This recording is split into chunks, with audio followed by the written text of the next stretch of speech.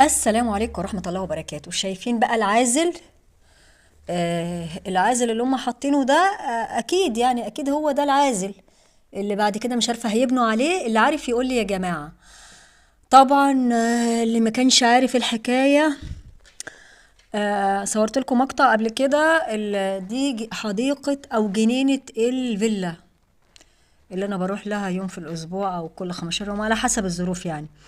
فطبعا ايه اللي حصل بقى؟ حصل ان في تسرب ميه خلى البيت ده مثلا بقاله 3 4 سنين، كتير وكتير، 4 سنين او 5 او ماشي في الخمسه يعني. ان هو في شروخ كده يعني، يبقى قايل للسقوط. طب ده سببه ايه؟ سببه ان هما، انا بستعجب والله، شركة كبيرة قوي كده او مكان، بسم الله ما شاء الله، يعني مكان راقي وشركة ومهندسين وكل القصة دي كلها.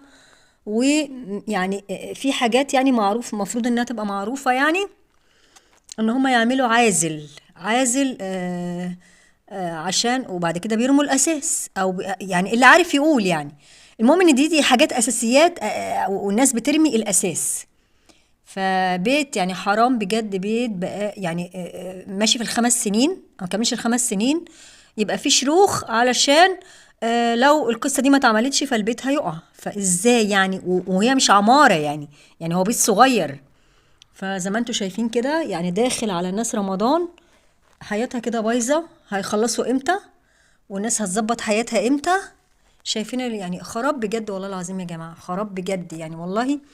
الواحد فعلا زعلان جدا على يعني حرام. حرام يعني، دي جنينة مفروض ان فيها دلوقتي لو عايز تعزمي حد، الموضوع بقى له اكتر من شهر على هذا الوضع، بس ما كانش المشمع ده عملوه. انا جيت بقى، انا غبت اصلا بقى لي فترة ما جيتش الشغل. ف انتوا شايفين كده حاجة الناس طبعا مبهدلة حاجتهم، سفرتهم، حاجتهم بهدلة. وطبعا الكلاب في البيت، طبعا الكلاب لانها هي اصلا المفروض تبقى في الجنينة، لكن هو فين المكان؟ هو فين المكان؟ وكل الناس هتسيب الفيديو تقول لك الكلاب حرام. انا مالي؟ حلال ولا حرام؟ انا مالي؟ هو انا عندي كلاب؟ انا عندي قط. تمام.